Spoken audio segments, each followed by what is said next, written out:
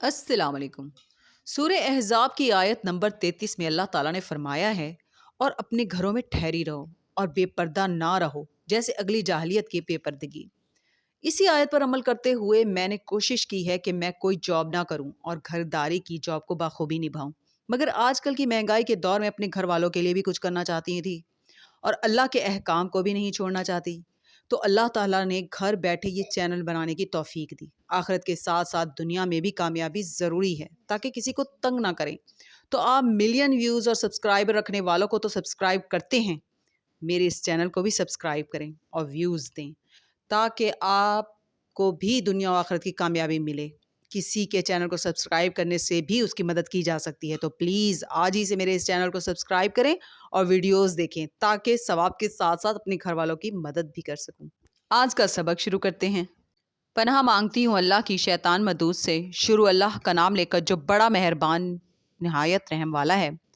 और जो मुसीबत तुम पर दोनों जमातों के मुकाबले के दिन वाक़ हुई, सो अल्लाह के हुक्म से वाक़ हुई, और उससे ये मकसूद था कि अल्लाह मोमिनों को अच्छी तरह मालूम कर ले और मुनाफ़िकों को भी मालूम कर ले। और जब उनसे कहा गया कि आओ अल्लाह के रस्ते में जंग करो या काफिरों के हमलों को रोको, तो कहने लगे कि अगर हमको लड़ाई की खबर होती तो हम ज़रूर तुम्हारे साथ रहते।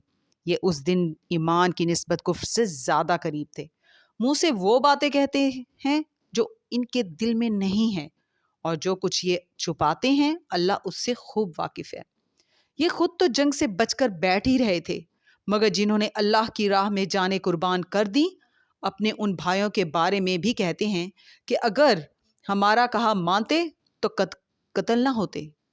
कह दो कि अगर सच्चे हो तो अपने ऊपर से मौत को टाल देना।